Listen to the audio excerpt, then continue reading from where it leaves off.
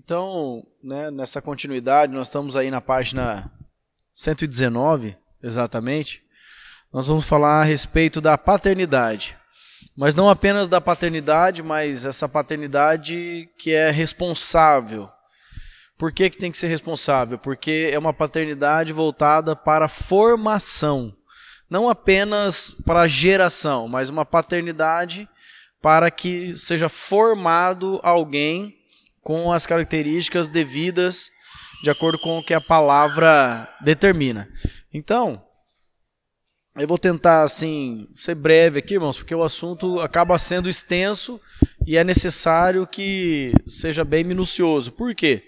Porque nós estamos tratando de algo muito precioso. São os filhos de Deus que Ele colocou nas nossas mãos, né? Na condição de que cada um de nós venhamos a desempenhar essa paternidade. Então, todo pai que é discípulo de Jesus desempenha os mesmos ofícios e funções de Jesus. Ele deve ser profeta, sacerdote e rei em sua casa, como Cristo é na igreja. Então, quando eu olho, né, para essa condição, essa paternidade, então eu entendo a necessidade, né, de me posicionar. De que forma todo discípulo, todo cristão, todo aquele, né, que encontrou a Jesus Cristo entende que a paternidade ela vai muito além do que apenas ter um filho, biologicamente falando. Ela é uma condição em que Deus deu para o homem de exercer, né, junto com a sua esposa, de exercer as mesmas funções que Cristo exerce. Deus deixou para Cristo, né, e Ele desempenha suas funções 100%, não há nada, Ele nunca cometeu pecado, nunca fez nada de errado, e da mesma forma Deus coloca, né, para nós a paternidade para que nós também venhamos a desempenhar essa condição de ser profeta, sacerdote, rei na casa. Do mesmo jeito que Cristo é para a igreja, o homem também está para a paternidade. Então esse pai representa Deus para seus filhos e esposa. Falando especificamente do homem, quem é o homem nessa paternidade? Ele é a representação de Deus dentro da casa. Por isso da importância do posicionamento firme e convicto dos homens. E não é à toa que as coisas fora da igreja do Senhor têm ido de mal a pior. Por quê? Porque os homens estão deixando de se posicionar como homens. Eu até fiquei muito triste de saber, né, que ocorreu alguns fatos de violência contra as mulheres num país europeu. E sabe qual foi o posicionamento dos homens? Vestiram saia e saíram nas ruas para fazer uma passeata em prol das mulheres.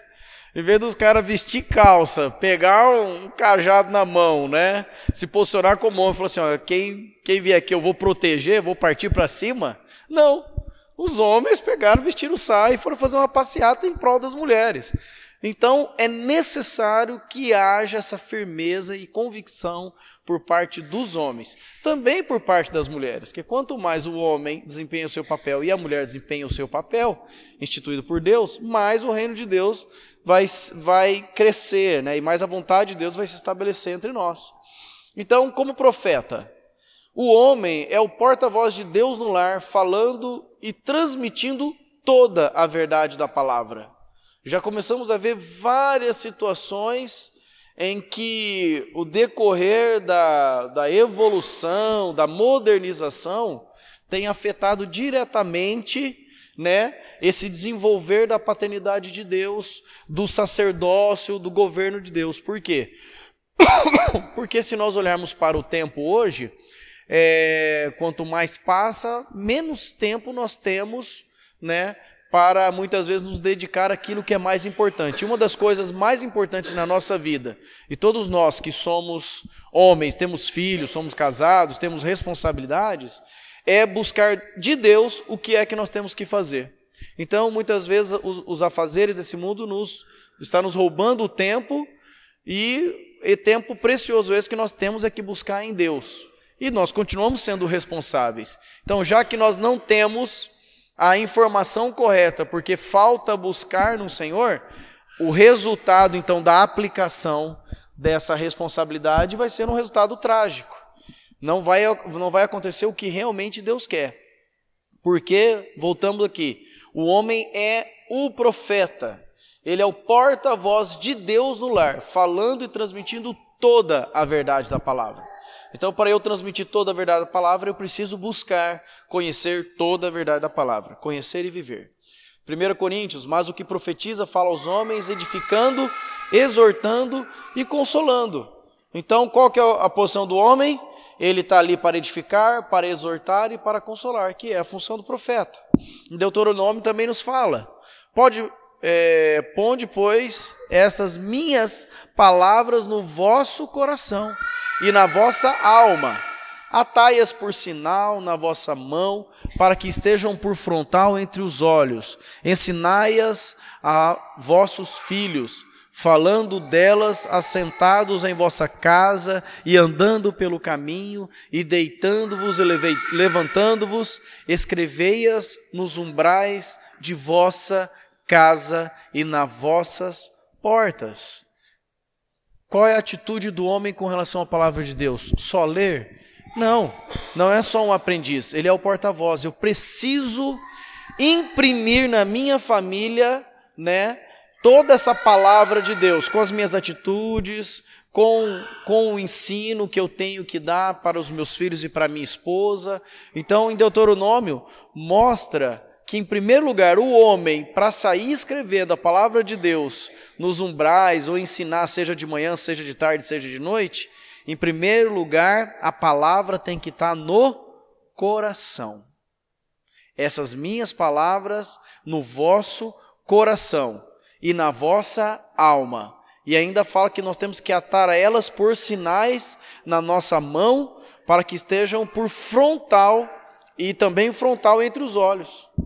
Olha só que interessante, é na mão, é na testa, é no coração, é na alma.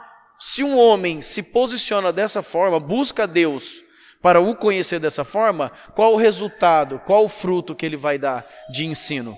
Só pode ser Deus.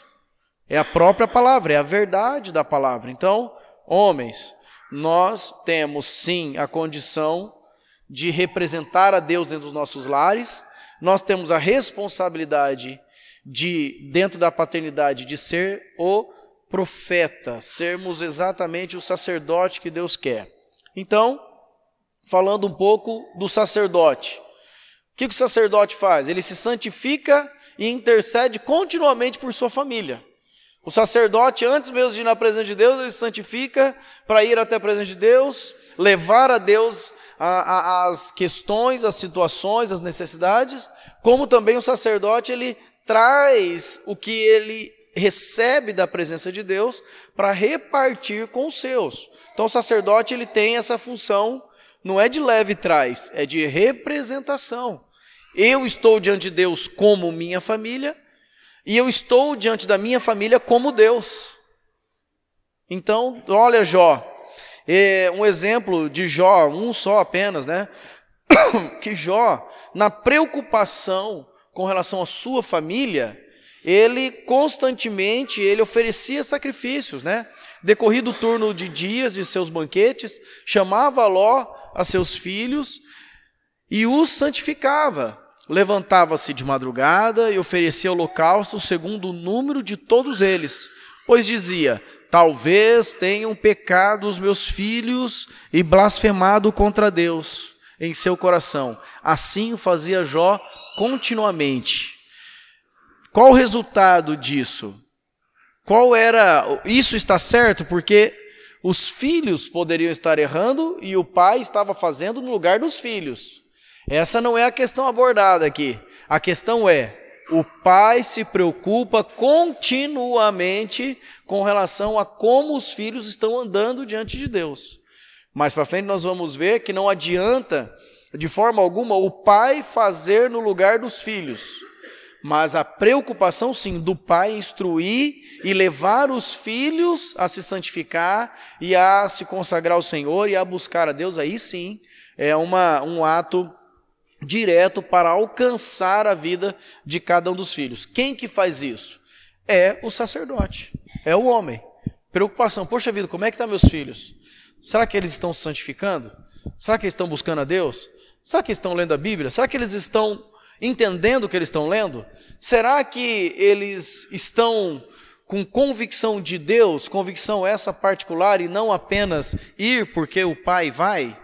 Todas essas questões, elas devem estar, né, no hall de preocupação do sacerdote e sempre apresentando diante de Deus.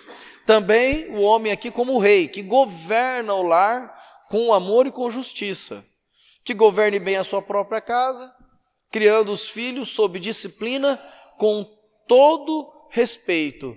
Então está, né, na incumbência do homem, na responsabilidade do homem, governar a casa, né, e nesse governo, dentro desse governo está a criação dos filhos. Não adianta falar assim, eu vou criar meus filhos, mas eu não governo a minha casa, não ajusto o governo da minha casa. Ou então eu vou governar a minha casa e por isso os meus filhos estão sendo criados. Uma coisa está em paralelo com a outra, as duas têm que caminhar juntas. Enquanto o homem governa a sua casa de acordo com a lei de Deus, em submissão à palavra de Deus, junto com este governo, então, ele está exercendo esse sacerdócio, essa autoridade e gerando esse crescimento, criando os filhos de acordo com a vontade de Deus. Qual é a forma? Com disciplina e com todo respeito. Se nós pararmos para pensar, como está o nível de disciplina hoje da humanidade aí para fora? Como é que está a disciplina? Como que está o respeito? Nossos filhos estão sendo catequizados, mesmo instruídos a todo lugar que chega, cumprimentar todo mundo, antes mesmo de fazer alguma coisa? Ou isso é coisa dos antigos e isso caiu de moda? Não, isso é respeito. Então chega, o filho, não, eu já vou para a mesa de doce, lá fica lá se lambuzando, e fazendo o que quer, e fazendo bagunça, isso é desrespeito, isso é falta de governo. Aonde que está o problema? Está no governo. Quem governa? O cabeça. Então o problema não está porque a mãe não segura o filho no colo, porque o pai precisa se posicionar. Quanto mais o pai se posiciona como sacerdote, rei, né, governando a casa, mais isso vai refletir na vida da esposa e dos filhos, e com isso toda a casa está sendo ajustada. Deus deu ao homem a responsabilidade de ser exemplo para os filhos em todas as áreas. Poxa vida, nós somos 100% exemplo em todas as áreas? Não. Eu não sou e nenhum de nós aqui somos. Mas a responsabilidade é. Então, o nosso filho, poxa vida, meu pai está lutando, meu pai está fazendo, meu pai não desistiu, ele está vendo, eu não sou ainda 100% exemplo, mas meu filho também vê que eu não encostei e agora, já que eu não sou, tem que me aceitar desse jeito. De forma alguma. Em qualquer que seja nas atitudes, seja nas palavras, seja nas ações, nas reações, nos posicionamentos, nossos filhos têm que enxergar em nós este exemplo para falar, poxa vida, aquilo ali tudo está errado, mas meu pai está certo. No mínimo, meu pai está lutando para acertar, ainda não conseguiu tudo, mas meu pai está certo. Eu tenho essa referência do meu pai. Eu tenho clareza de que meu pai não é 100%, mas eu nunca vi meu pai também, né, desleixado, falar assim, bom, agora eu vou fazer desse jeito mesmo porque eu sou assim. E aí usamos aquelas desculpas, porque o gênio é assim, porque a criação do meu pai foi assim, porque eu sempre aprendi assim. Não, para discípulo, nosso referencial é Jesus. Então, em Jesus nós podemos mudar todas as coisas. O exemplo é a base fundamental para a formação do caráter dos filhos. Os filhos vão imitar seus pais em tudo, no falar, nas ações, nas reações e no linguajar. Aí nessa parte, inclusive, eu estava vendo uma outra postagem, né, numa rede social. Eu achei tão legal, porque eu estou vivendo isso, como o Isaac tem 4 e a Ana tem 1,5. Então eu vejo muito forte isso, principalmente são pequenininhos. Só que entendam, mais para frente nós vamos falar, se plantar quando é pequeno, colhe quando é grande. Então, o que eu vi? Um pai que estava com uma enxadinha, limpando um quintal assim, uma enxada, limpando o quintal. E o filho estava do lado com uma outra enxadinha, uma outra pá de lixo, qualquer coisa. E o pai batia 1, 2, 3 vezes e parava. O filho olhava assim e batia 1, 2, 3 vezes. O pai viu que ele estava imitando, ele fazia assim, aí ele colocava a mão na cintura. O filho batia a mesma quantidade de vezes, olhava para o pai assim e colocava a mão na cintura. Aí o pai deu a volta, bateu assim e colocou a testa no cabo da enxada. O filho bateu assim, olhou para o pai e colocou a testa no cabo da enxada. Tem algum valor isso? Tem todo o valor isso. Tem todo o valor. O valor não está na enxada, o valor não está na terra, o valor não está no serviço que está sendo executado.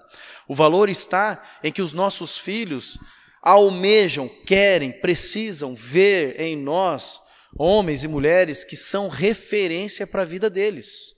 Isso e até qual idade? Desde o dia que nasce até o dia em que o Senhor nos levar.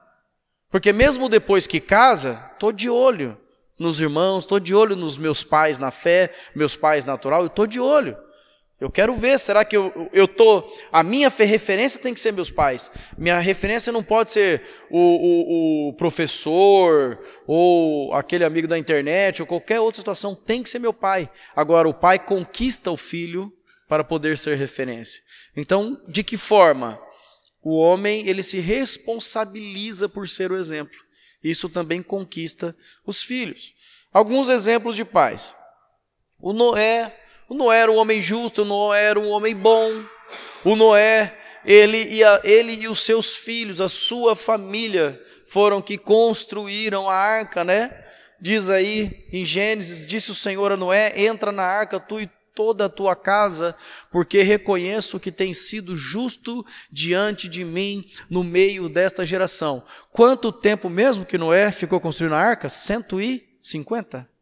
100 e tantos anos, 100 e não sei quantos anos. Durante 120, 150, não me lembro exatamente, mas mais de 100 anos, Noé e os seus filhos, a sua casa, eles se engajaram ali em obedecer a Deus. Quanto tempo nós temos persistido em obedecer a Deus e trazer nossos filhos, a nossa esposa junto com nós? É uma pergunta para nós homens. Às vezes tentamos uma semana, um mês, um ano, 2 anos. Vamos olhar para Noé, 100 e tantos anos, né? E quantas pessoas vinham e zombavam dele, falavam dele. Mas Noé foi encontrado por Deus, porque era um homem justo, era um homem bom, né? E aí qual foi o resultado disso? Noé, você e toda a sua casa. Olha as promessas de Deus. Não importa o problema, Noé estava numa época extremamente difícil. Não tinha ninguém que prestava ali, vamos dizer. Só tinha Noé e a sua família, quer dizer. A época era bem pior do que nós estamos vivendo hoje. Hã? E tão pouco chuva, exatamente. Deus fez tanta coisa diferente que até a chuva. E o que acontece? Noé, ele olhou para o Senhor. Ele foi sacerdote, ele foi rei. Ele se posicionou como homem ali e falou, se eu tenho uma direção de Deus para executar, eu vou executar. E quem vai ser comigo? A minha família. Não vou ficar olhando para a parentela, é a minha família. Eu e a minha casa, ele, os 3 filhos, a esposa, né, as noras, e vamos embora. Deus é Deus. Abraão, porque eu te escolhi para que ordene os seus filhos e a sua casa depois dele, a fim de que guardem o caminho do Senhor e pratiquem a justiça e o juízo, para que o Senhor faça vir sobre Abraão o que tem falado a seu respeito.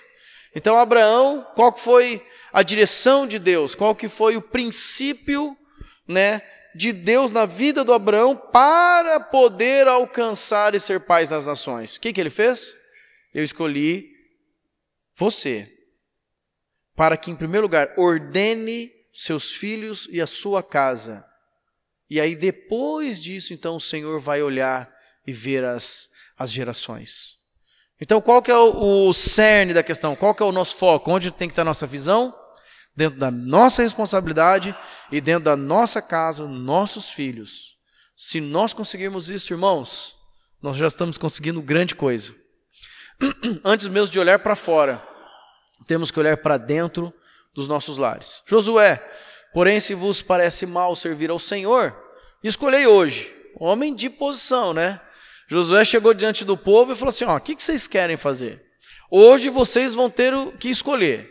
A quem servais? Se aos deuses a quem serviam os vossos pais, que estavam da além do Eufrates, ou aos deuses dos amorreus, em cuja terra habitais, porque eu e a minha casa, nós serviremos ao Senhor.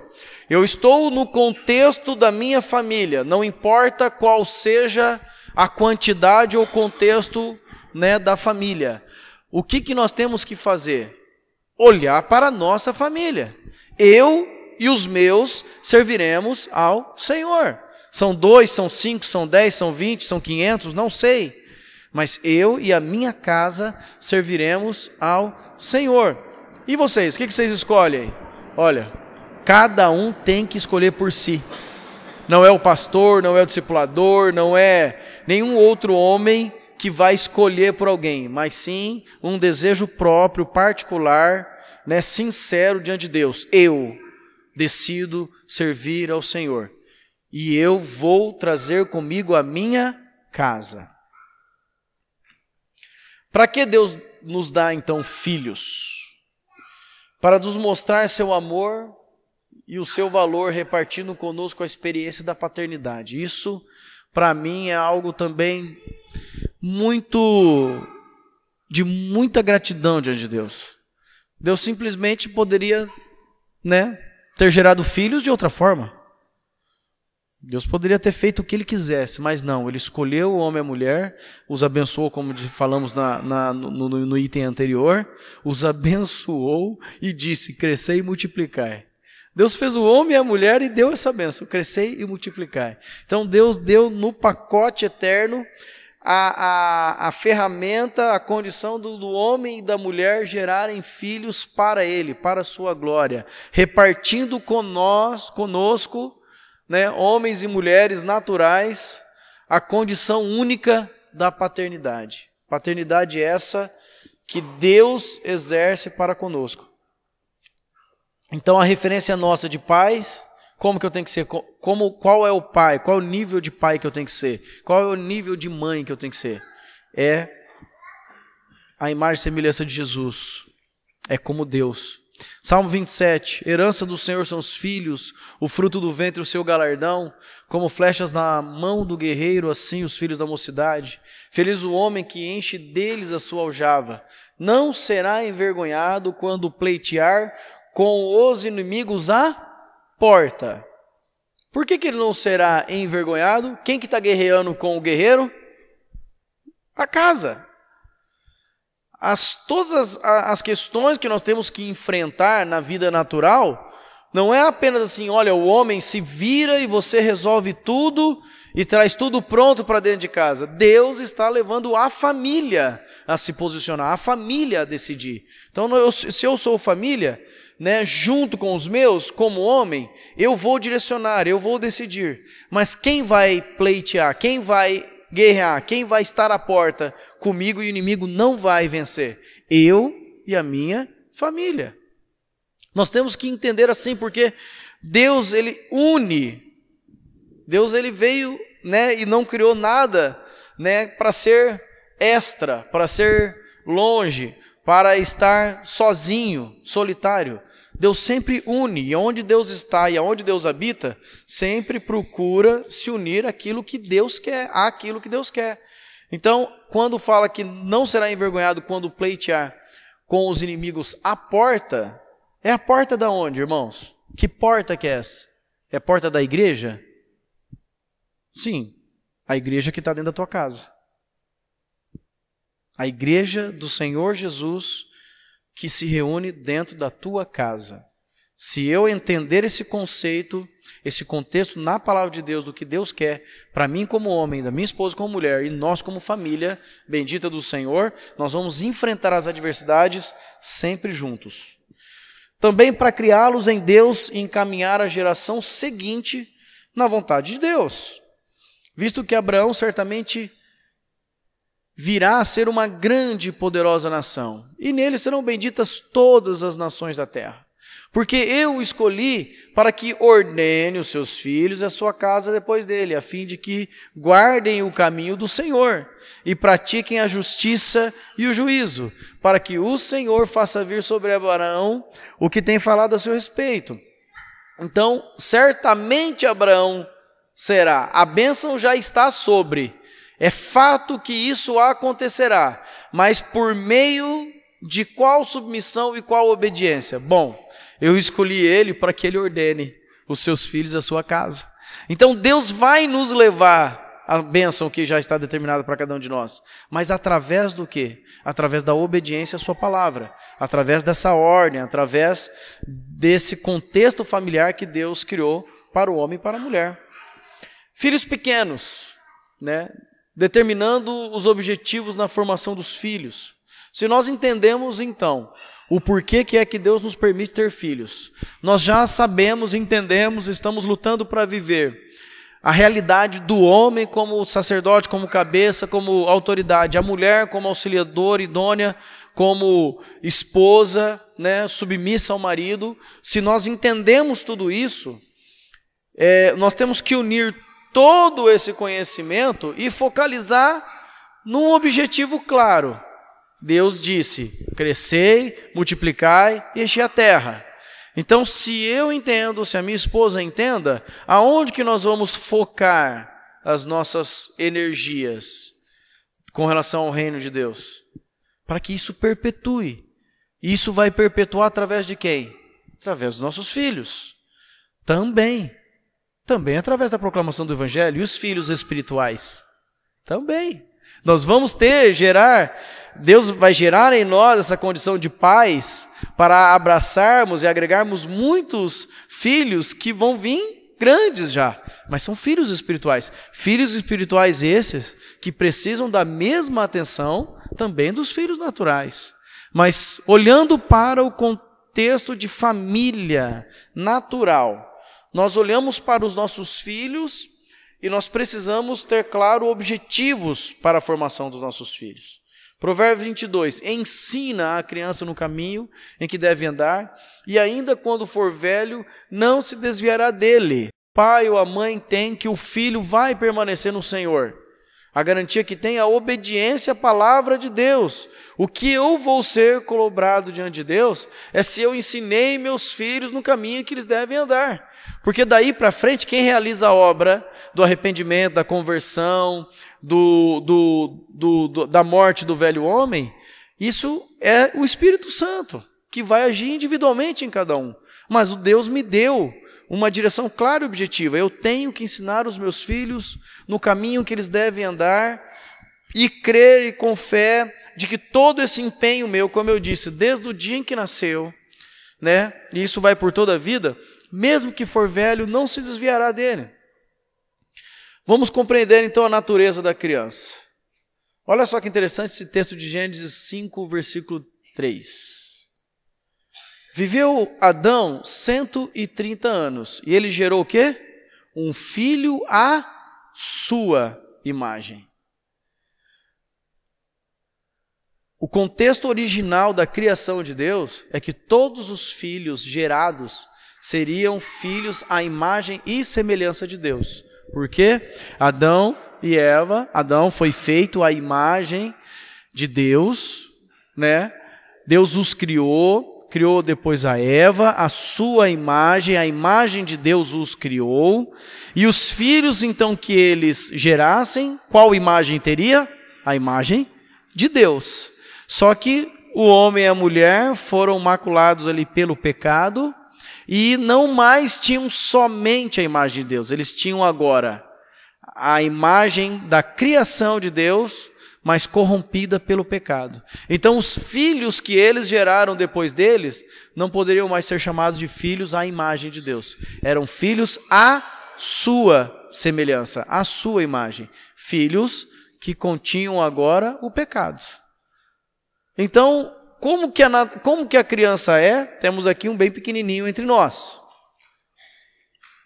Qual é a natureza? Qual a característica da natureza da criança? Se a gente ler Salmo, a gente vai entender. Olha aqui, eu nasci na iniquidade e em pecado concebeu minha mãe. Espera aí, não está falando de adultério, não é isso. Ele está falando do pecado original, está falando do pecado de Adão e Eva. Então, eu nasci na iniquidade. Todas as crianças que nascem com a herança do pecado de Adão e Eva.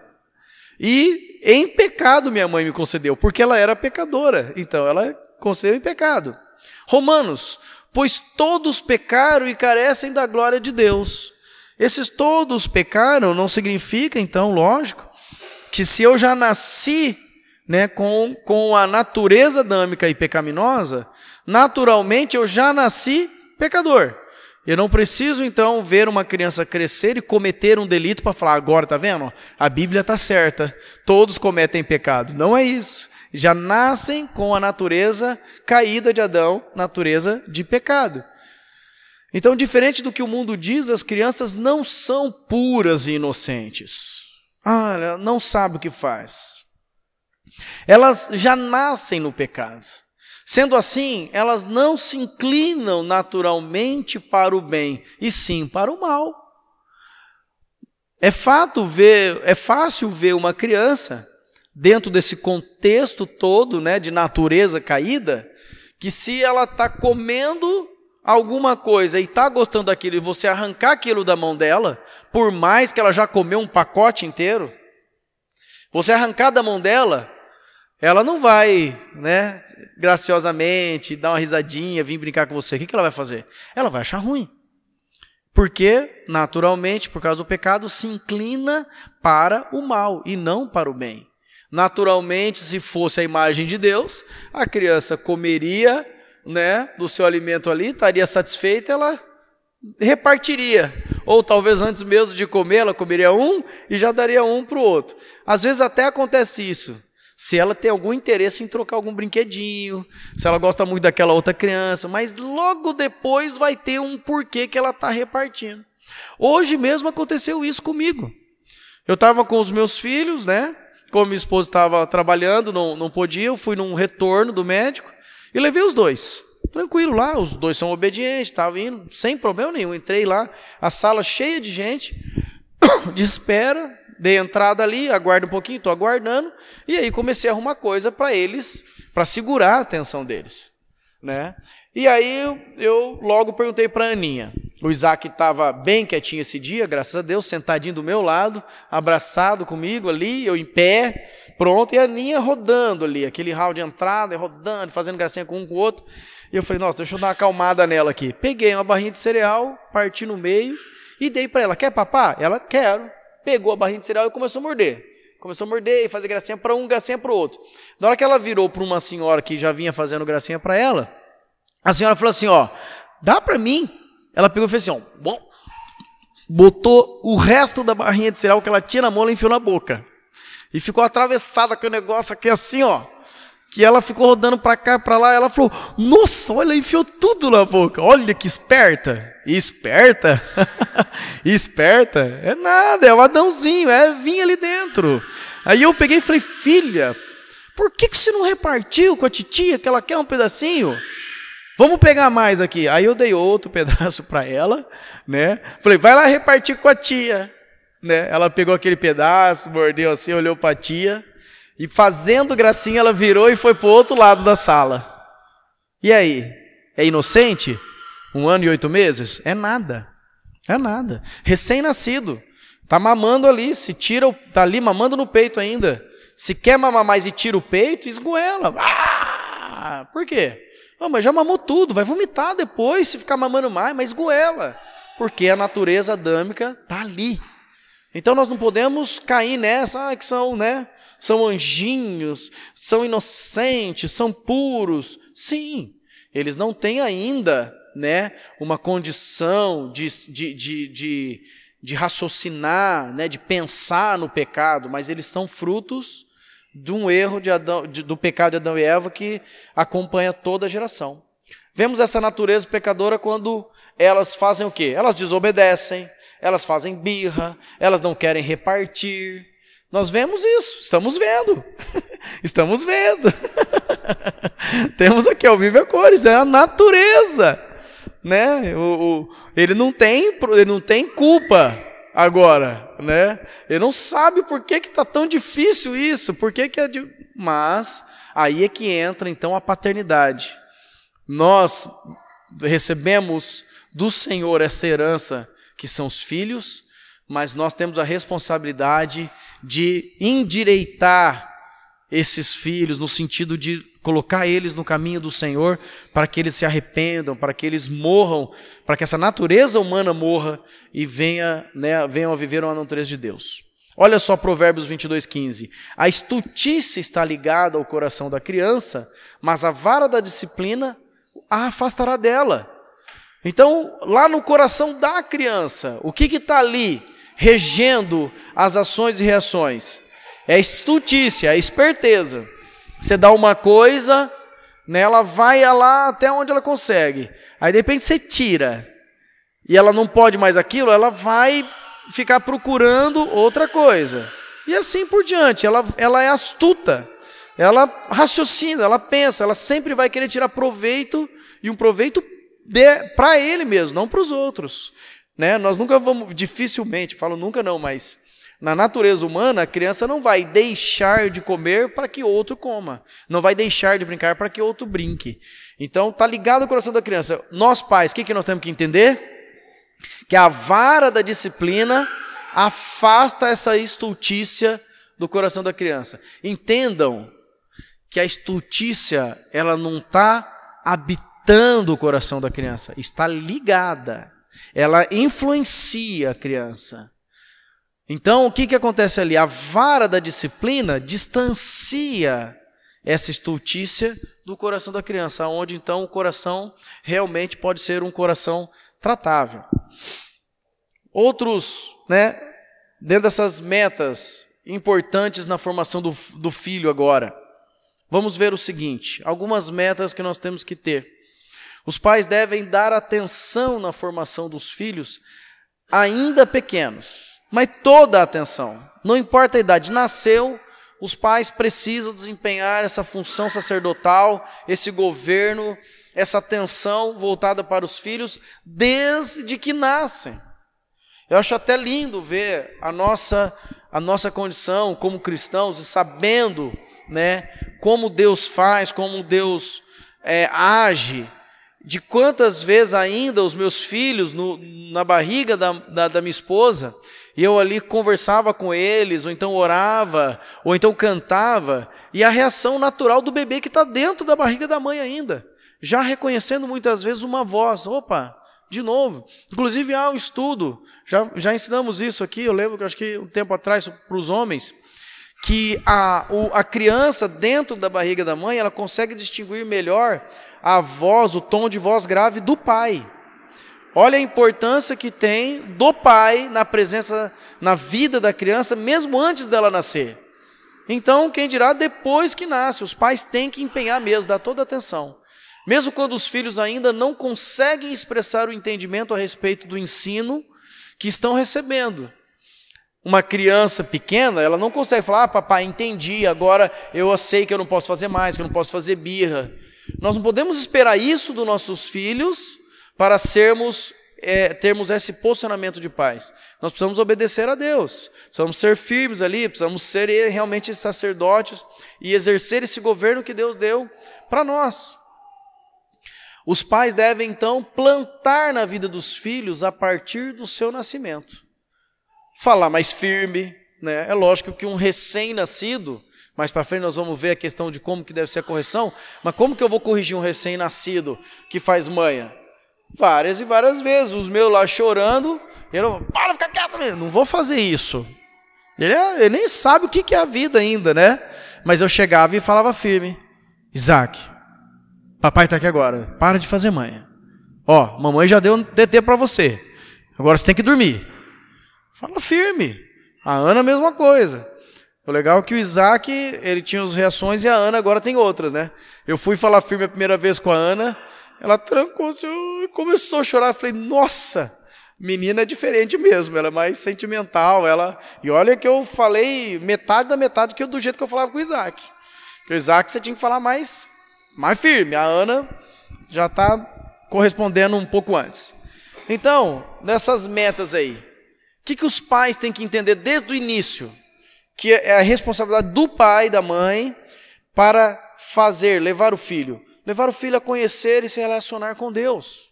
É responsabilidade do pai e da mãe levar o filho a se relacionar intimamente com Deus e a conhecer quem é Deus.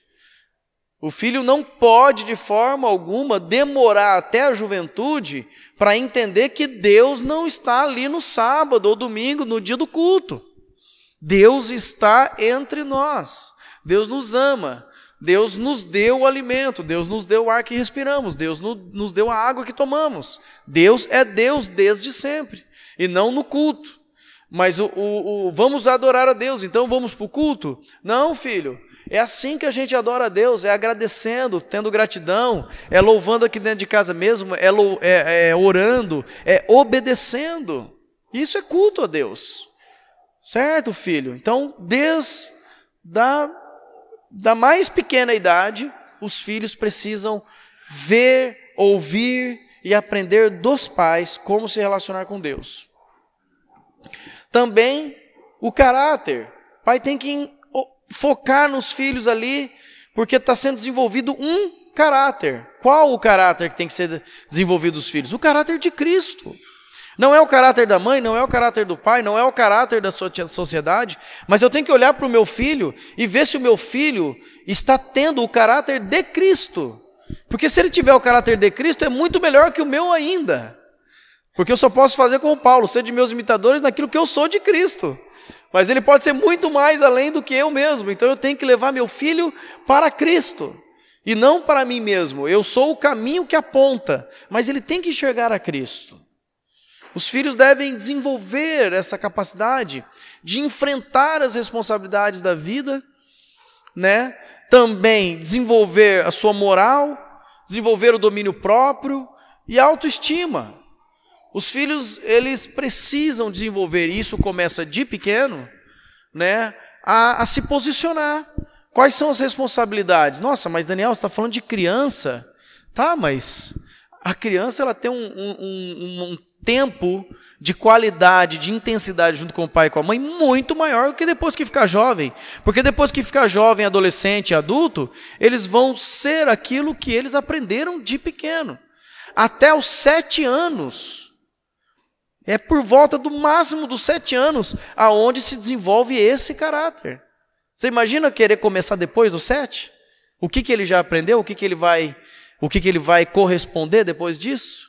Emocionalmente falando, fisicamente falando. A criança precisa, desde do começo, desde o nascimento, a criança precisa, né, ir ouvindo. Se é um recém-nascido, o pai e a mãe têm a forma correta de falar, mas depois que começou a andar, tem uma outra forma de falar e reagir. Depois que já começou a falar, outras formas. Então o pai e a mãe vai acompanhando o desenvolvimento do filho e usando todas as ferramentas para ajudar o filho a se desenvolver.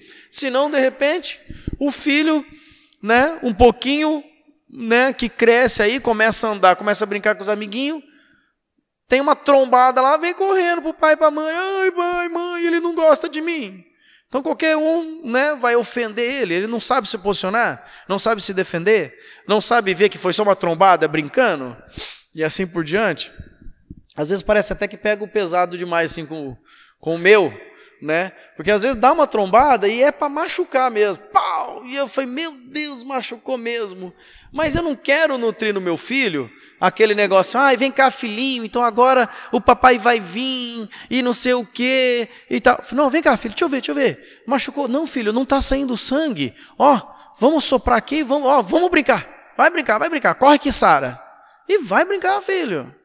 Sabe uma coisa que não é bom? né, nós vemos as crianças aqui nessa questão do domínio próprio. Né? Qual é a hora, né, de comer o doce no aniversário? O papai e a mamãe estão conversando, agora é hora de você esperar. Você tem que aprender a esperar. Então, todo esse caráter tem que ser desenvolvido com a ajuda dos pais. Então, o relacionamento social também, que isso está muito intercalado, né, um com o outro, né? Os filhos devem desenvolver a capacidade de se relacionar com outros, a serem sujeitos às autoridades, prontos para servir e para repartir. Quem que ensina isso? Não é a vida. Quem ensina isso são os pais. O filho, ele tem que ser sujeito à autoridade. Então, olha, todos os irmãos mais velhos, né, são autoridades sobre os mais novos. Então, filho, se o irmão falou é assim, você vai obedecer porque o irmão falou. Não é aquele negócio, não, eu que sou o pai, eu que mando. Tem algumas situações onde nós precisamos valorizar os irmãos, né, as pessoas mais velhas que estão, inclusive, nos ajudando e muito a cuidar dos nossos filhos. Nesse vínculo aqui de família chamada igreja, eu fico tranquilo de saber que se o meu filho estiver fazendo arte, vários irmãos vão, não é corrigir ele, porque corrigir sou eu, mas vão impedir do meu filho fazer o que é errado, porque eu sei que ama o meu filho. Mas como que isso está sendo colocado para o meu filho? Se o irmão te chamar a atenção, você respeita, porque é irmão. Agora, se de repente acontece um chamar de atenção, e o filho vem, pai, o irmão lá, não sei o que lá, me chamou a atenção. Olha, filho, você não liga para ele não, porque é o papai só que pode chamar a atenção para você. Está desmoralizando a autoridade do irmão frente à criança. E ele vai fazer isso com o irmão, ele vai fazer isso com o policial, ele vai fazer isso com o professor, ele vai fazer isso com qualquer que seja a autoridade. Então é mais ou menos assim, se tem que olhar um pouquinho para cima, é um pouquinho mais velho, já tem mais autoridade que você, tem que obedecer mais. Também o desenvolvimento físico, os pais, né, observando os filhos. Os filhos devem aprender com os pais a ter uma alimentação saudável, hábitos que os ajudem a ter uma boa saúde. Quem é o responsável? Não controlo meu filho. Que sai, só come bobagem na rua. O problema não é a rua, o problema não é o dinheiro, o problema não é os filhos, o problema são os pais. Filho, você não vai comer e você vai me obedecer nisso. E se comer tem que ser corrigido. Mas como que eu vou fazer lá fora? Aí entra a graça, né, infinita que Deus tem dado para os pais. Se precisa mudar a forma toda da família se alimentar, o momento, a ordem, o que se come na família. Eu estou, como diz o ditado, em papo de aranha, porque o meu agora começou. Não gosto disso, não gosto daquilo, e quer ver eu, assim, irritado no bom sentido, se é falar que não come isso ou aquilo. Nossa, irmãos, olha, eu vou fazer o quê? Eu não posso falar assim, filhinho, não come. Não. Papai, não gosto disso. Tá bom, tira aqui. Tirou. Agora, come o que você quer. Aí comeu. Tá, agora você vai comer só aquilo, filho, porque você gosta daquilo também. Não gosto. O que é isso, filho? Não sei. Então você vai aprender o que é que você vai gostar. Era isso com azeitona. Hoje ele ama azeitona, você tem que arrancar a azeitona da boca dele. Agora, quem que vai insistir com o filho, não para judiar do filho, mas para comer tudo que você tem na mesa? Porque não dá, infelizmente, né, é uma verdade, mas não é aceitável, falar assim, aquela condição de que o filho senta e aí começa a separar tudo. Isso é vergonha para os pais. A não ser que tenha uma intolerância, uma alergia ou qualquer outra situação que a coisa não desce. A Leia mesmo passou por isso uma vez. Tem uma determinada carne que ela não come, o tal do fígado, né? E eu sei que os pais insistiram para comer, mas é uma coisa de repulsa. Ela botou na boca, mas foi muito interessante de ver isso. Eu não tinha visto ainda a situação. Nós estávamos na casa de irmãos. E aí a irmã serviu aquela carne picadinha, cebolada, aquele cheiro delicioso. Na hora eu falei, nossa, será que é, será que não é? E aí arroz, feijão, salada, e botou aquela carne, eu e a Leia com fome, e fomos comer. E a Leia botou a primeira garfada na boca, eu já vi que E na hora que eu pus na boca, eu falei, é mesmo, é fígado. Eu falei, mas vai que a Leia come, eu vou ficar quieto. Deixa, né? E aí, na hora que ela põe na boca, ela pegou no meio da conversa e falou, nossa, que carne que é essa? A irmã, cheia de amor, nossa, isso é um fígado, comprei fresquinho. Não desceu, irmão. Não é porque a irmã não falou que era fígado, é porque já não tinha descido. Falou, o que é? Ela não vomitou, graças a Deus. E aí, nossa, aí a irmã, meu Deus, não sabia que você não podia comer fígado. Aí eu expliquei, não, irmã, é que ela come de tudo, mas ela não desce. A irmã viu que ninguém falou que era fígado e o trem ficou rodando na boca, não desce. Não, pera que eu vou fazer outra coisa para você. Foi lá para a cozinha e preparou e começou a fritar um ovo lá e tal, e fritou o ovo. Aí eu peguei todos os pedacinhos de fígado dela e fui eu comer, porque, né, graças a Deus, eu como de tudo. E foi lá, fritou o ovo, trouxe o ovo, irmãos, botou assim, na hora que ela cortou o ovo, assim, a gema escorreu. Aí eu falei, é outra coisa que ela não põe na boca, é gema mole. Aí ela começou a cortar ali a clara, começou a cortar a clara. Aí, como são irmãos e nós temos liberdade, eu falei, irmã, olha, deixa eu falar uma coisa com você. 2 coisas a Leia não come: fígado e gema mole. Meu Deus! Eu falei, não, tá tudo certo. Ela falou, não, eu tenho bastante clara, eu como a clara. Vai eu comer a gema mole. Irmãos, entendam, mas hoje a coisa está tão crítica que tem criança que não sabe o que é aquilo, não come. Não come orégano. Não come orégano. Como é que vai tirar orégano, por exemplo, de pizza? Eu já vi. Então não temos que lutar. Tem de tudo. Então existem épocas, mas nós temos que ajudar nossos filhos a desenvolver essa boa alimentação. Sabe por quê? Porque senão, o que vai ser na idade mais adulta? Pessoas descontroladas, pessoas cheias de frescura, pessoas fora do peso, pessoas que não têm um controle a respeito, isso é bom, eu posso comer, isso não é bom, eu não posso comer, não tem horário, não tem rotina, né? Então isso tudo, da onde parte? Dos pais, a responsabilidade. Disciplina a formação dos filhos. Colossenses 3:20, filhos, em tudo obedecei a vossos pais, pois fazê-lo é grato diante de Deus. Filho, tem que obedecer quando? Tudo. Porque isso é grato diante de Deus. Ah, mas nossa, mas meu pai não é tão assim. Não, a pergunta não é essa. A afirmação é, obedeça porque Deus se agrada disso. Ah, mas eu não estou com vontade. Não é a condição, obedeça. Filhos, obedecei aos vossos pais no Senhor, pois isso é justo. É lógico, eu vou obedecer em tudo meu pai, em tudo aquilo que o meu pai está condizente com a palavra de Deus, porque se o meu pai quer me obrigar a pecar, eu não vou obedecer, porque importa obedecer a Deus do que aos homens. Mas se meu pai, ele não está me levando ao pecado, então eu tenho que obedecer em tudo, a não ser salvo por isso.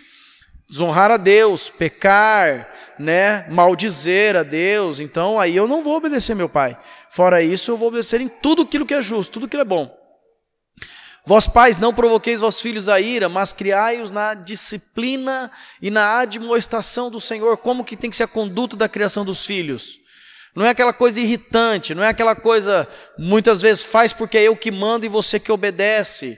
Não é aquela questão de que, filho, você nasceu para obedecer e eu sou autoridade, porque os irmãos falam que eu sou cabeça, autoridade, a mãe é auxiliadora, autoridade, e você tem que obedecer por si só.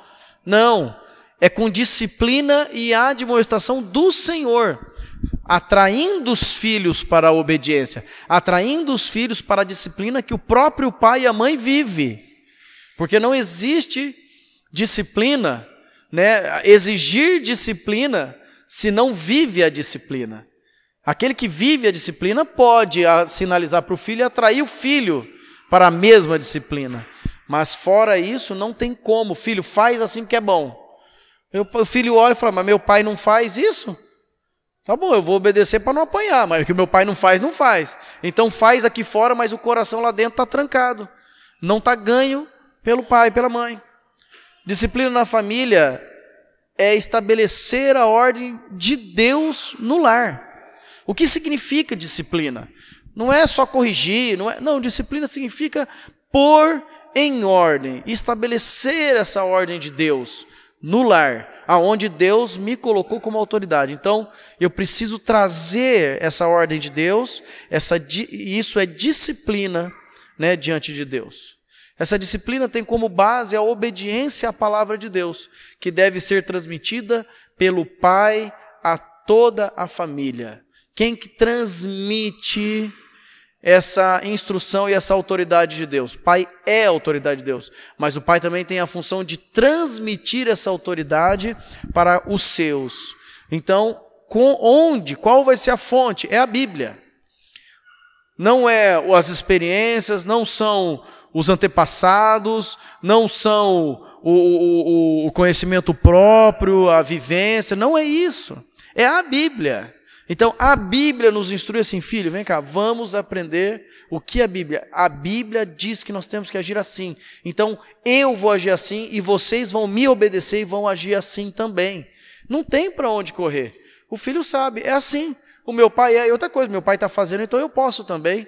Se o meu pai está fazendo, ele está indo na frente, eu estou indo atrás dele, na pegada dele. Jesus fez isso. Ele deu exemplo para que todos possam fazer. Então, se eu sou como Jesus no lar, tem que fazer a mesma coisa. Além do exemplo, o casal deve acompanhar de perto como os filhos estão assimilando e aplicando o ensino que receberam. Uma coisa é instruir, uma coisa é ensinar, uma coisa é exercer o sacerdócio, o governo, estabelecer a vontade de Deus na casa. Outra coisa é ver se o receptor assimilou a informação. O pai pode ser o maior interlocutor da face da terra. Se o filho não entendeu, com todas aquelas palavras, então o pai tem que mudar o jeito de falar para que o filho entenda. Mas não mudar a verdade, mudar o jeito, mudar a forma, mudar o horário, mudar, né, a condição em que está sendo colocada. Mas o importante é, os filhos estão assimilando, porque como que o filho vai aplicar uma direção dada se ele nem entendeu?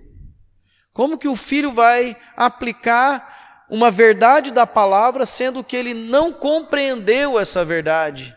E o professor, aquele que vai ensinar, o instrutor dele, que é o pai, precisa estar atento. Opa, meu filho não captou tudo, ele captou até o meio do versículo, mas do meio para frente, estou vendo que está tendo uma divergência na aplicação, que deixa eu voltar no ensino. E aí eu vou acompanhar de perto se ele está conseguindo aplicar aquilo que foi ensinado. A palavra diz, ensina a criança no caminho, não é isso? Ensina a criança no caminho. É o pai caminhando e andando junto e fazendo e vivendo e falando, filho, é assim que faz. Filho, olha, é assim que pega, é assim que cuida, é assim que... E assim por diante. Eu até achei muito interessante. Eu vou dar exemplo meu, tá, irmãos? Cada um dá exemplo do filho que tem. Mas até eu estava lá, meu sogro, minha sogra, chegaram de viagem, né? E recebemos eles em casa ali com uma pizza e tal. E aí... colocamos todo mundo lá fora, os irmãos conhecem lá, a mesa pequena, mas cabe todo mundo. E foi chegando, entrando o pessoal. Aconteceu uma coisa engraçada. Aí que cai a questão aqui do assimilar e aplicar. O Léo, meu sogro, sentado na cadeira. O Isaac chegou nele e falou, vovô, tem que deixar as mulheres sentar. Só que todas as mulheres já estavam sentadas nas cadeiras. Confortavelmente estavam ali sentadas. Então, ele já assimilou alguma coisa. Quem que senta primeiro? Quem que come? Quem que se serve primeiro? São as mulheres. Agora, a aplicação disso, agora, lógico, estou falando de uma criança de 4 anos. Tá bom demais. Para mim, nossa, ganhei a noite, né, Léo? Além de vocês terem chegado de viagem, o Isaac falando isso. Falei, nossa, que interessante, eu nunca... filho, tem que fazer assim. Não, foi natural. Por quê? Insistentemente, não, filho, primeiro a mamãe e a Ana, depois a gente, tem que dar o lugar para a mamãe, tem que dar lugar para as mulheres primeiro, e assim por diante. Falei, nossa, que bênção, funciona, essa insistência funciona. Disciplina e discípulo são palavras que têm a mesma raiz. Nossos filhos também são nossos discípulos. Então, essa disciplina e o discipular, elas partem de uma mesma raiz, aonde nós temos que olhar para os nossos filhos, que além dessa bênção, além desse galardão que Deus nos deu, Deus também nos chama para discipularmos ele. para discipularmos nossos filhos, ensinarmos eles no caminho em que devem andar. Nós pais temos o privilégio de ensinar e levar nossos filhos a conhecerem a Cristo, para que eles se tornem herdeiros dessa tão grande salvação. Olha que privilégio nós temos. Os nossos filhos, porque são nossos filhos, não estão salvos. Mas eu tenho o privilégio de intensamente evangelizar alguém dentro da minha casa, desde a barriga da mãe até o dia que morar junto, ou depois quando não morar também eu vou continuar sendo e falando as mesmas coisas, as verdades do Senhor. Mas eu tenho esse privilégio de levar os meus filhos a entender essa tão grande salvação e que eles se tornem herdeiros também dessa tão grande salvação. Isso é privilégio para nós, não é uma carga, né? Deixa eu só mudar aqui. Isso. Vamos ver então 3 etapas da disciplina. Já que tem instrução, tem o posicionamento do pai e da mãe, vamos ver as etapas da disciplina. Vamos lá. Primeira etapa, instrução. Provérbios 1:8. Filho meu, ouve o ensino de teu pai e não deixes a instrução de tua mãe. Primeira parte, não é chegar corrigindo, ficando bravo. Primeira parte é instruir. Como que alguém pode ser corrigido em algo se não for ensinado corretamente a como aquilo deve ser e acontecer? Então, o pai tem a responsabilidade de dar o ensino, que é algo amplo, abrangente na sua totalidade. Todas as verdades, quem tem a responsabilidade de transmitir é o pai. A mãe deve então estimular, tá? Tá errado aí. Esse ensino recebido. O que a mãe faz?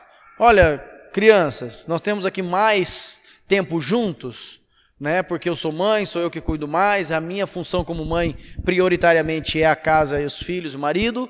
Então, o que o papai ensinou para nós, ó, é isso, aplicamos assim, assado, ó, cuidado, faz de novo, tá? Porque é assim que o papai ensinou. Vemos aqui mais uma questão da degradação da humanidade, do homem em si. Por quê?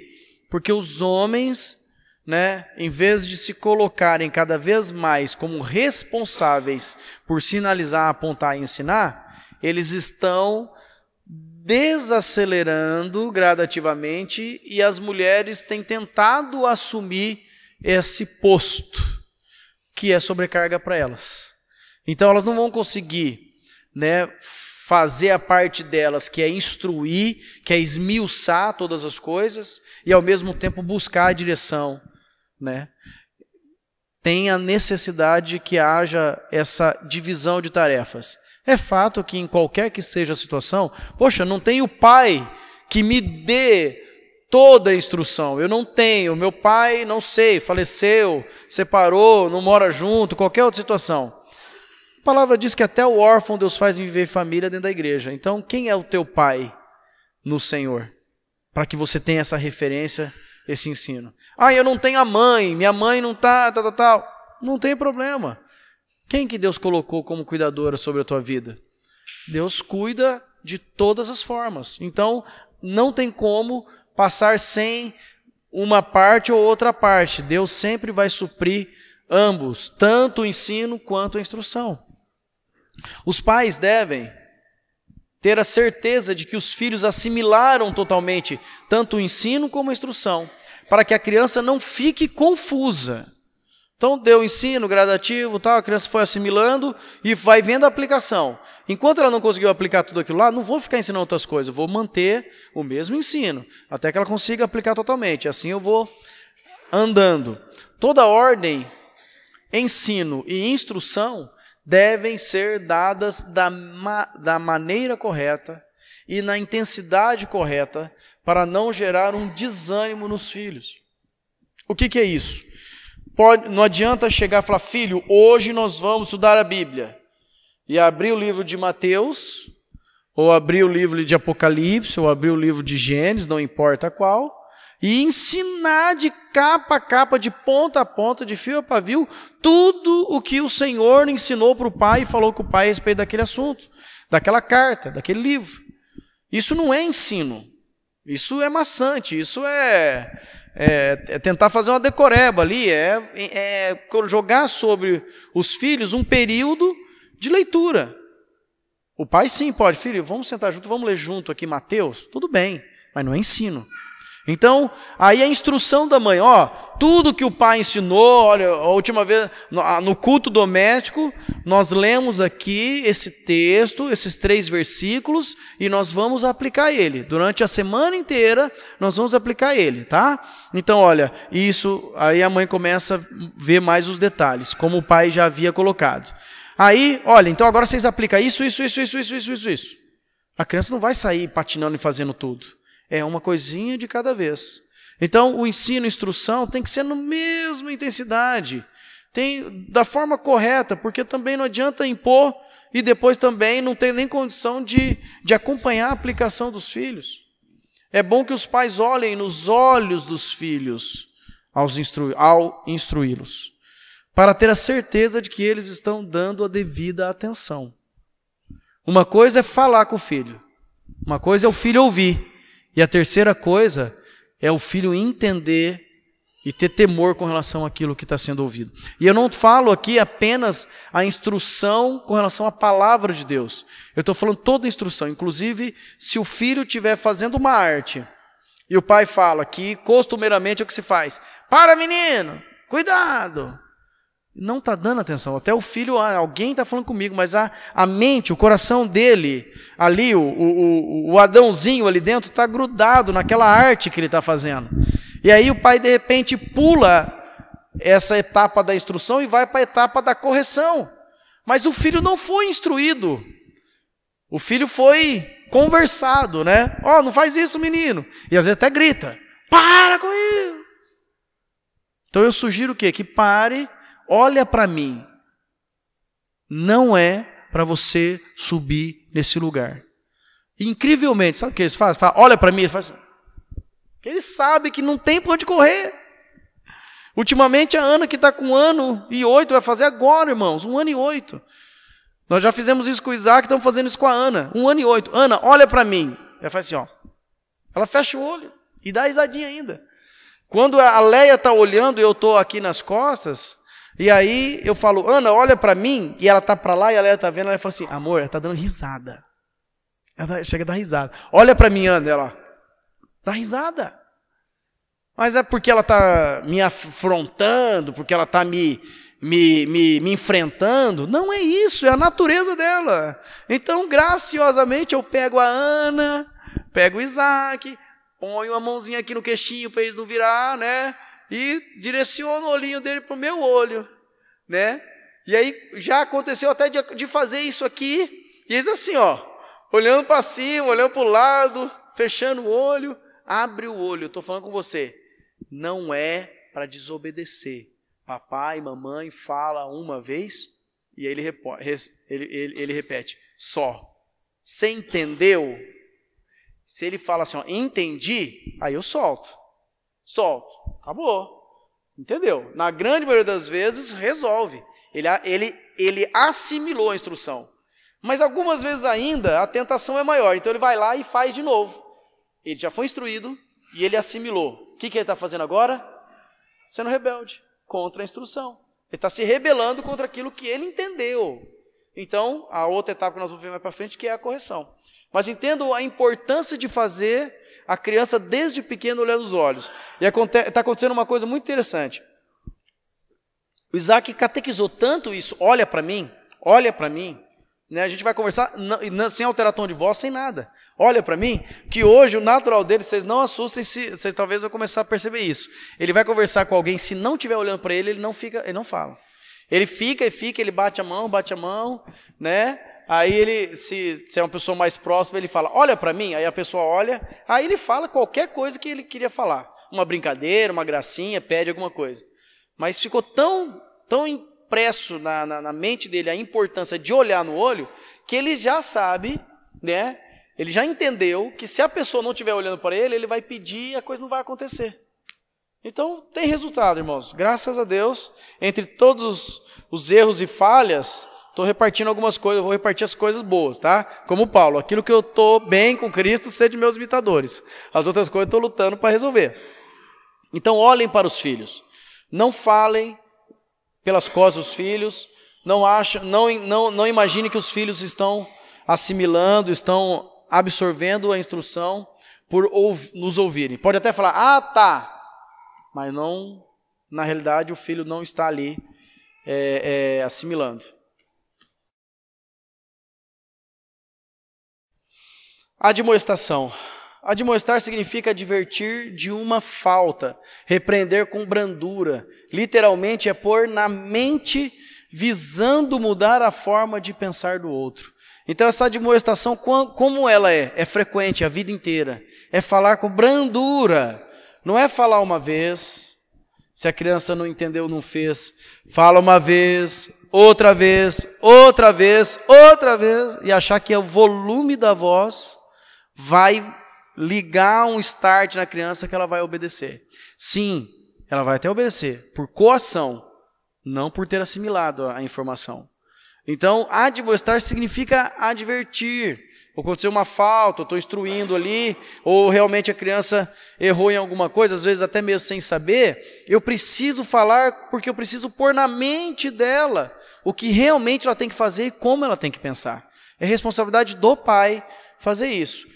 E os pais precisam, irmãos, acelerar, correr, porque insistentemente o sistema do mundo tem jogado na mente, nos ouvidos dos nossos filhos, a instrução e a admoestação que eles querem.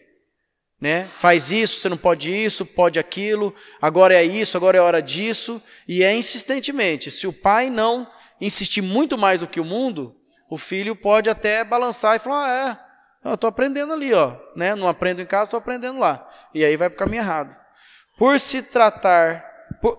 ser da natureza humana, o desobedecer, os pais devem insistentemente repetir a instrução, reforçando o ensino. O que eu te falei? O que eu te ensinei? O que a mamãe falou? Aquela velha historinha, o filho vai no pai e o pai fala não. O filho vai então na mãe. Né? Eu não consegui no pai, eu vou conseguir na mãe. O que a mãe tem que fazer? Lá em casa nós fazemos assim. O que o papai te falou? Não, repete. O que o papai te falou? Olhando no olho do filho. Por quê? Ele tem que assimilar aquilo. Está sendo admoestado, tem que assimilar.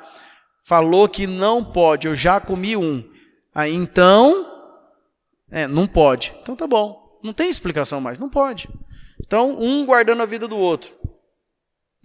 Os pais não devem ficar ameaçando os filhos verbalmente ou com castigos de restrição.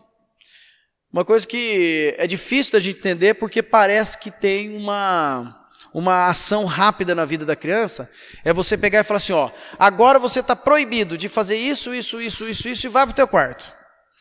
Lógico que tem uma reação rápida. A criança ali na hora para de fazer o erro, é tirada do ambiente que estava sendo tentador para ela e fica confinada num ambiente onde ela vai demorar um tempo a mais para arrumar uma arte para fazer. Então, instantaneamente, tem uma reação. Mas a pergunta que eu faço é o seguinte, porventura essa atitude alcançou o coração da criança e ela entendeu que ela estava fazendo errado? A criança foi levada ao arrependimento de reconhecer que, olha, eu não posso ficar pulando aqui, eu não posso fazer isso? Não, simplesmente ela foi tirada. Então, a criança foi levada para o quarto ou foi levada para outro lugar com um coração endurecido, um coração rebelde. E depois, na hora que ela volta rebelde. Então, ela foi para o quarto rebelde, volta, às vezes vai para o quarto e lá no quarto faz o quê? Rasga, né? Bagunça, arruma uma outra arte pior, derruba a prateleira, sei lá o quê, né? O que essas crianças podem fazer? Um monte de coisa. Por quê? Porque a rebeldia foi junto.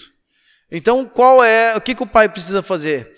A solução não é dar essa condição para o filho, olha, vou ameaçar, tirar, restringir. A situação é, você não pode fazer isso por causa disso. Essa é a verdade. E aí sim, se a criança está correndo risco, aí você está entendendo? Eu vou tirar isso aqui de você porque você está desobedecendo. Mas a verdade é essa. E aí depois o pai tem que voltar a deixar a criança naquele lugar, com aquilo na mão. Por quê? Para ver se o coração dela, né, foi curado daquela rebeldia. Senão a criança está sendo levada para lá e para cá com a rebeldia. A criança precisa aprender a obedecer e não a barganhar. Porque com pouquinho de idade, se você fizer isso, você vai ser castigado, você vai ficar de castigo. Então a criança já vai assimilando. Sabe uma coisa? Então eu vou aproveitando isso aqui, e na hora que o meu pai for me dar o castigo, eu paro. Ou então na hora que o pai ameaça, se você fizer isso aqui, você vai ficar de castigo. Tá bom, pai, então eu não faço. Aí o pai deixa, mas deixa com o coração ainda em rebeldia. Então a criança não assimilou nada, ela está barganhando com o pai. Olha, pai, eu não quero, o pai falou, vou te repreender. Aí depois o pai volta atrás, a criança fez uma moeda de troca ali. Aí eu vou avançar mais um pouquinho. E aí vai ganhando o pai e a mãe. Essa é uma tarefa árdua, onde os pais não podem ser vencidos pelo cansaço. E cansa muito. Não sei quantas vezes tem que falar a mesma coisa para os meus. É muito, irmãos, é muitas vezes. Mas eu já tive uma conversa desde muito pequenininho. Mas muito pequenininho, tanto com o Isaac quanto com a Ana. Falei assim, olha, peguei os dois no colo e conversei seriamente com os dois. Eles não sabiam nem falar, nem mamãe ainda. Eu vou explicar uma coisa para vocês. Eu falei com esse tom de voz. Vou explicar uma coisa para vocês agora, desde o começo. O papai e a mamãe, eles têm responsabilidade sobre a tua vida, e você pode insistir o que for, mas você não vai ganhar de mim. Tá bom? Então daqui para frente nós temos a vida inteira para botar isso em prática. Você pode insistir o que for, mas você não vai ganhar de mim. Ele entendeu? Olha, ele não compreendeu nada, porque não sabia nem falar ainda. Mas que a nível espiritual ali eu já estava falando, aqui quem manda sou eu. E aqui eu vou estabelecer e depois pôr em prática, isso vale a pena. Correção, vamos entrar na correção. Corrigir um filho é um treinamento de amor aliado a uma boa instrução e admoestação. Em Hebreus, capítulo 12, já nos fala, porque o Senhor corrige a quem ama e açoita a todo filho a quem recebe. Da mesma forma que somos amados e corrigidos pelo nosso Deus e Pai, precisamos agir com os nossos filhos. Deus nos corrige, mas Ele não desiste de nós. O instrumento correto para a correção é a vara. A correção deve ser aplicada sem violência para não causar dano à saúde física ou mental da criança. A criança ela não tem que ter aquele medo, falar assim, nossa, agora vai vir a vara, agora vai machucar, vai demorar um mês, vai... Não é isso. Ele tem que entender sim que vai doer, porque a correção dói. Deus nos corrige muitas vezes e dói. Mas ele tem que entender que o pai está fazendo aquilo lá porque foi ele que não obedeceu. Porque se ele obedecer, não passa por aquilo. O pai não está fazendo isso para descarregar, né, o nervoso.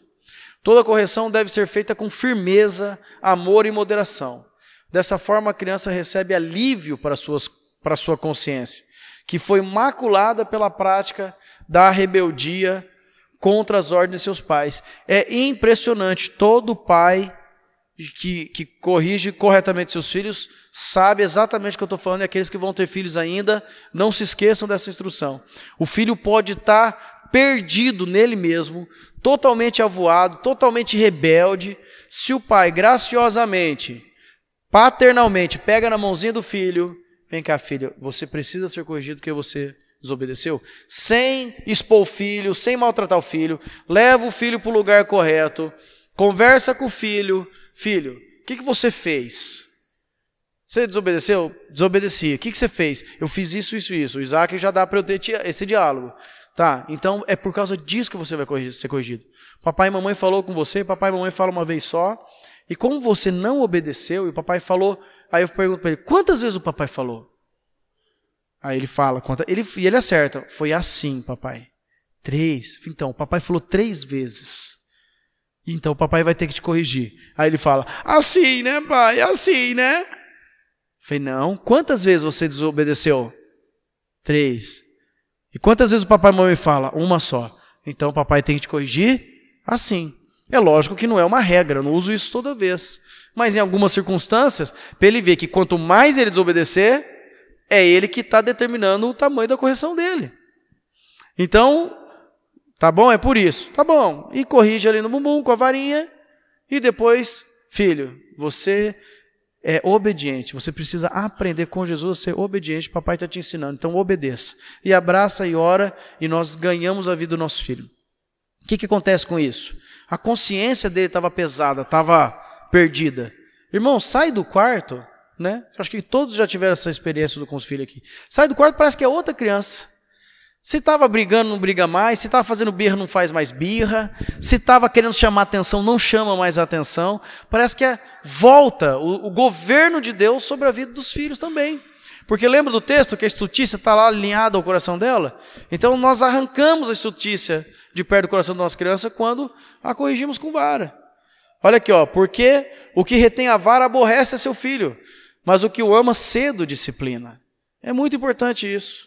Vários textos aqui de Provérbios, irmãos, depois os irmãos podem tomar nota, mas todos esses textos de Provérbios nos falam a respeito das realidades, de como nós temos que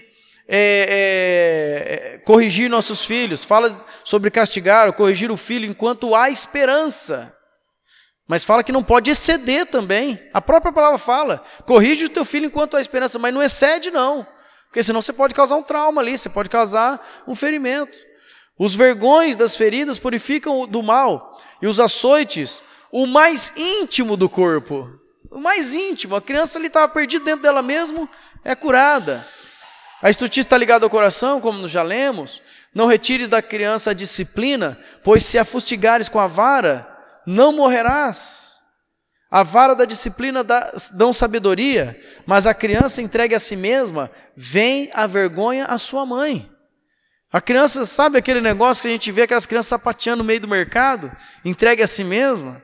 Eu, de uma forma, assim, triste de dizer, mas eu estava num lugar, num restaurante que tinha um playground, um negócio de brinquedo das crianças, e nós estávamos aqui e víamos aquela mãe preocupada e toda hora lá, cercando aquela criança, e a criança fazendo todas as artes que ela podia fazer naquele lugar, mais ou menos da idade do meu filho. Era tão discrepante que até a hora que o Isaac parava, ficava assim, ó, olhando assim, falou, nossa, isso aí, até com medo, porque a criança era muito violenta. Aí aconteceu o quê? Na hora de ir embora, eles acabaram primeiro, recolheram tudo, pagaram, a mãe chegou lá, filho, vamos embora, você já brincou bastante. Não, não quero. Tá, então só mais uma vez, hein? E a criança rodou lá nos brinquedos tudo lá, vamos filho, vamos, agora nós temos que ir embora. Não quero. Ó, então é a última. Pronto, a criança já ganhou na primeira. Rodou em todas elas. Na hora que aí a mãe falou assim, filho, vamos embora. E ele falou, não, eu quero brincar mais. Não, nós vamos embora. Sabe o que aconteceu? Como ela já tinha perdido a autoridade na primeira, o filho deu um tapão nessa mãe, mas deu de mão aberta assim, mas pegou ali meio que no rosto, meio que na roupa dela, que ela estava agachada conversando com ele. Falei, misericórdia. Falei, ô Senhor, tem misericórdia dessa mãe, desse pai que precisam de instrução. Porque para onde estão levando essa criança? Qual vai ser, né, o resultado dessa criança quando for mais velha? O que acontece? Está retendo a vara e a criança está envergonhando a mãe. Corrige o teu filho e te dará descanso, dará delícias à tua alma. Isso cai naquilo que nós geralmente falamos, né? É melhor nós termos fiéis ao Senhor, corrigirmos nossos filhos hoje, e eles chorarem hoje, do que nós chorarmos amanhã. Porque eles estão chorando por causa que estão sendo amados e disciplinados. Mas amanhã, quando os pais não corrigem, amanhã os pais choram, né? Porque o tempo passou, e agora? Como voltar atrás? E Eclesiastes, visto como se não executa logo a sentença sobre a má obra, o coração dos filhos dos homens está inteiramente disposto a praticar o mal. Então, não foi rápido em corrigir, o coração do homem está reclinado a praticar o mal. Então, já estamos indo para o final aqui, né? Alguns pontos só importantes quanto à correção segundo a Bíblia. A vara é um método de amor, não é um método de espancamento, de correção carnal, de afrontamento, nada disso. A vara é um método que Deus estabeleceu, que está na palavra de Deus, usar a vara, que é uma expressão de amor, porque se nós deixarmos a criança com ela mesma, o fim não é bom. A vara é a primeira medida Não é a última, não é a terceira, não é a quarta, é a primeira. Filho, faz isso. Rebelou, desobedeceu, demonstrou rebeldia. Se não está no lugar correto, quando chegar em casa, então nós vamos conversar, você vai precisar ser corrigido. Né? Porque senão tenta a vara, tenta o doce, tenta o colo de um, o colo do outro, tenta virar de ponta cabeça, tenta isso, tenta aquilo. Chegar em casa, o filho vai assim, mas a vara agora não adianta mais nada, né? A vara é um meio de disciplina que foi ordenado por Deus, lemos todos os textos. Quando o pai está em casa, é ele quem deve aplicar a vara, sendo ele o cabeça e autoridade na família. Não tem esse negócio, o pai está em casa, é ele. Não tem esse negócio de que, mulher, olha, eu estou cansado, então foi você que viu, foi você que acompanhou, ele fez com você, principalmente, se o filho foi lá e afrontou a mãe e o pai está em casa, o que você falou para tua mãe? Você falou isso? Afrontou, vem cá que o papai vai corrigir você. Ela falou assim, eu estou corrigindo porque eu estou te ensinando quem que é tua mãe. Aquele negócio, não, ele afrontou você que tem que corrigir. É lógico, se o pai não estiver em casa, a mãe corrige. Mas se o pai estiver em casa, já tive essa experiência também. Estava lá, né, no meu escritório ali, meditando, fazendo muitas coisas, e escuto a Leia 1, 2, 3 vezes falando uma instrução para o Isaac. Falando, Isaac não é assim, faz assim. Isaac não é assim, faz assim. Isaac estava no período da instrução ainda. Isaac não é assim. Aí dali a pouco eu escuto, Isaac, filho, não pode. Na hora que ela falou assim, eu levantei. O que aconteceu, Leia? Eu ensinei assim, assado aqui. Ele pegou e fez exatamente o que não era para fazer e correu o risco. Você desobedeceu tua mãe? Vem cá, Isaac. Não, pai, mas... Vem cá, Isaac. Quantas vezes tua mãe falou para você, Isaac? Assim, foi nesse dia que foi o dia dos 3. Quantas vezes a mamãe falou para você? Assim. Então você desobedeci. Depois ainda correu o risco. Papai. Então tá bom, então papai vai corrigir você. Assim! Não. Quantas vezes você desobedeceu? Assim. Você aprenda a obedecer na primeira. O que os pais não devem punir os filhos, de que forma? Deixando sozinho, isolado. Isso não é punição. Isso é isolamento só. Está indo um coração rebelde lá para ficar isolado. Fazer a criança passar vergonha em frente a outras pessoas. Menosprezar a criança. Falar coisas ruins dela, né? Usar de linguajar inapropriado, né? Ou mudar tom de voz. Ameaçar. Gritar.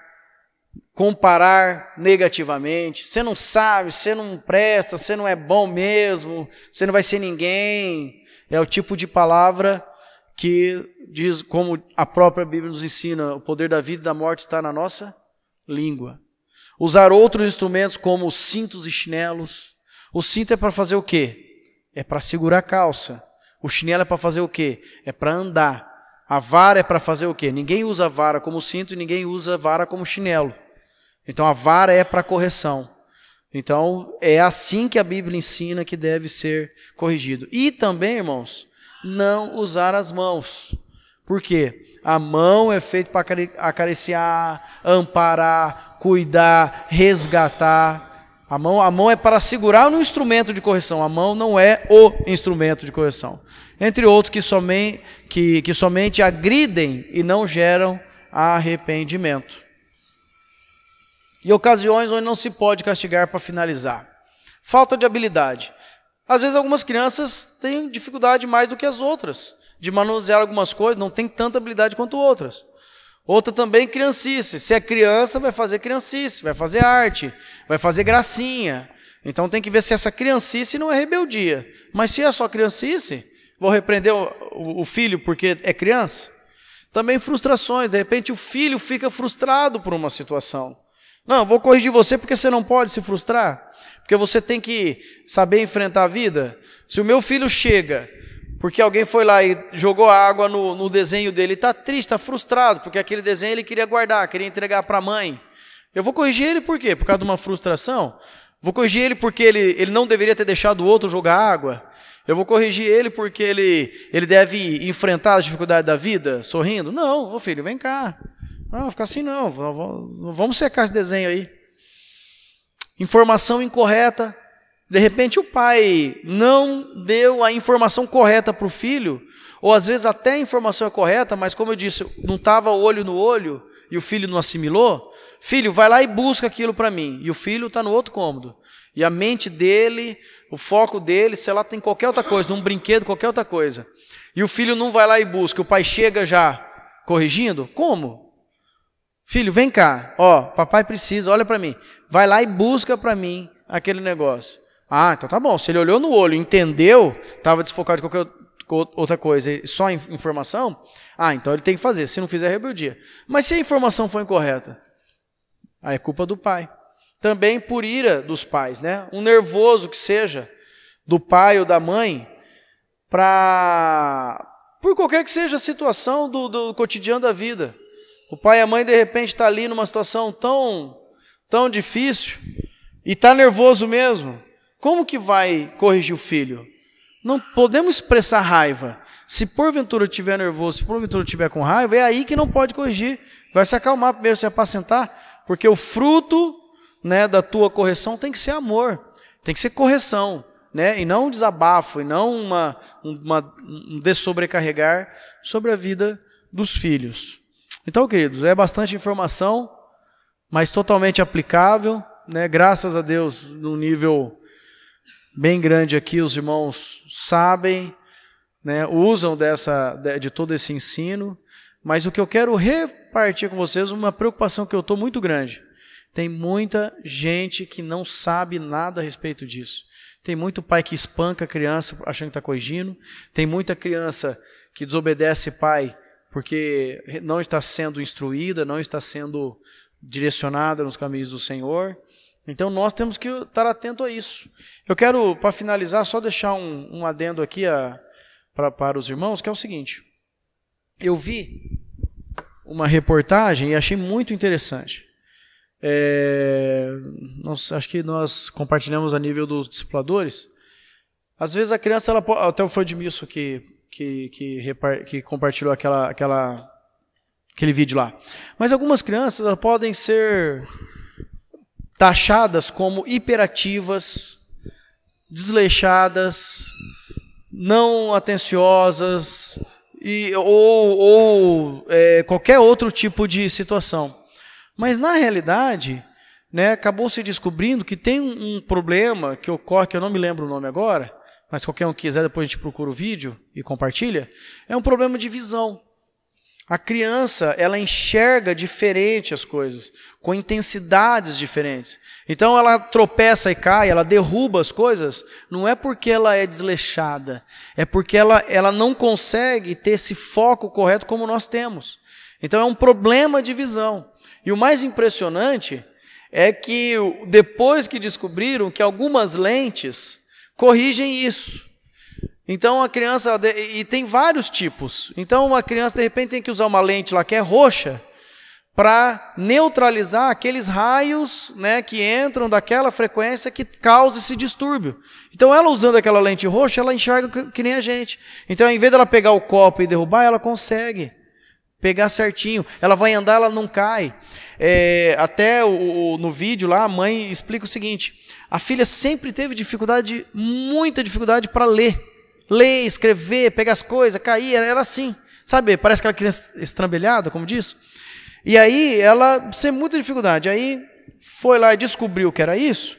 O oftalmo levantou a lebre. E aí no dia lá, a mulher, para fazer um teste, deu um texto para ela ler, né? Palavra lá tal, e ela estava lendo, aquela dificuldade, gaguejando, Na hora que a mulher pôs o óculos, que tinha feito os exames, identificou qual que era, pôs o óculos, na hora a menina começou a ler certinho.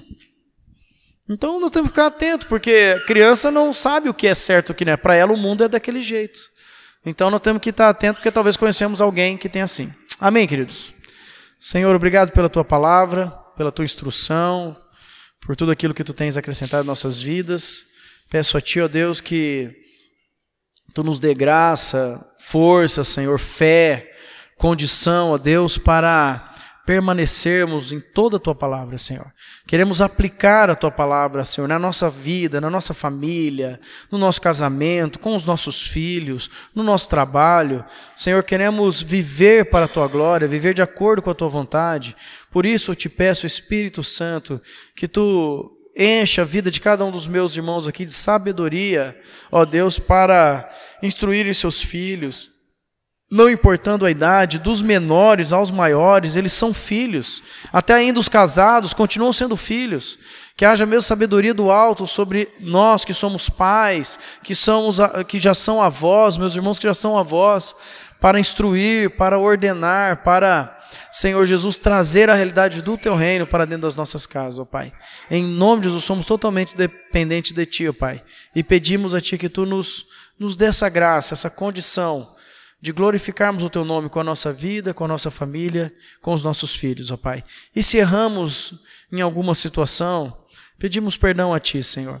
Se erramos porque não tínhamos o conhecimento, a instrução a respeito da Tua palavra, pedimos perdão a Ti, Senhor. E apaga todo erro, todo mal, e nos traz uma perspectiva de uma nova vida diante da Tua presença para podermos glorificar o Teu nome com tudo aquilo que temos, com tudo aquilo que somos.